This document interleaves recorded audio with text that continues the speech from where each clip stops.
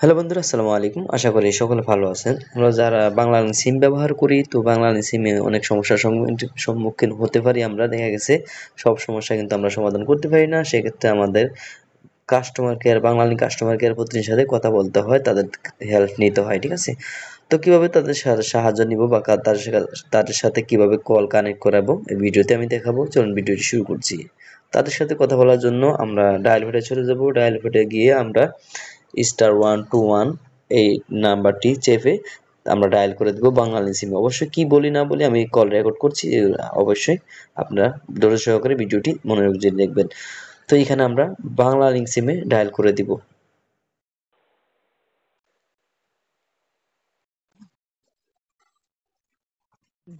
বাংলা লিংকে স্বাগতম। বেশি মানেই বাংলা লিংক, কারণ শুধুমাত্র বাংলা লিংকই দিচ্ছে বেশি মিনিট, বেশি জিবি আর বেশি মেয়াদ। 25 মিনিট 20 টাকায় প্যাকটি 2 দিন মেয়াদে চালু করতে 1 চাপুন। 2 জিবি 58 টাকায় প্যাকটি 24 ঘন্টা মেয়াদে চালু করতে 2 চাপুন। 40 মিনিট 30 টাকায় প্যাকটি 3 দিন মেয়াদে চালু করতে 3 চাপুন। শুধুমাত্র আপনার জন্য সেরা ইন্টারনেট, মিনিট এবং বান্ডেল অফার কিনতে 4 চাপুন। ব্যালেন্স, বাংলালিংক অ্যাডভান্স প্যাকেজ এবং কলেজের জন্য 5 চাপুন। টাকা কাটে এমন ব্যাড সার্ভিস এবং পে-অ্যাজ-ইউ-গো বন্ধ করতে 6 চাপুন। অরেঞ্জ ক্লাবের বিস্তারিত এবং অফার সম্পর্কে জানতে 7 চাপুন। To change your preferred language press 8। তথ্যটি পুনরায় শুনতে স্টার চাপুন। যে কোনো সময় আমাদের গ্রাহক সেবা প্রতিনিধির সাথে এখানে আমরা শূন্য চাপবো,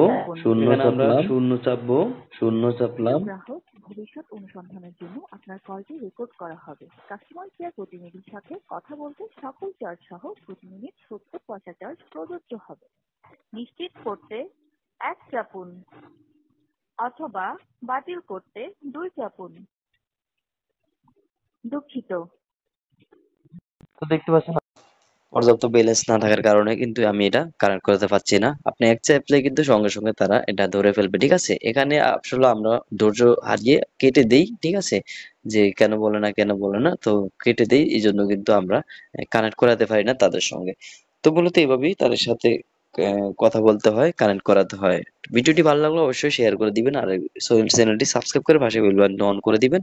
আর অবশ্যই ফেসবুক থেকে দেখে থাকলে ফলো দিয়ে রাখবেন। ধন্যবাদ।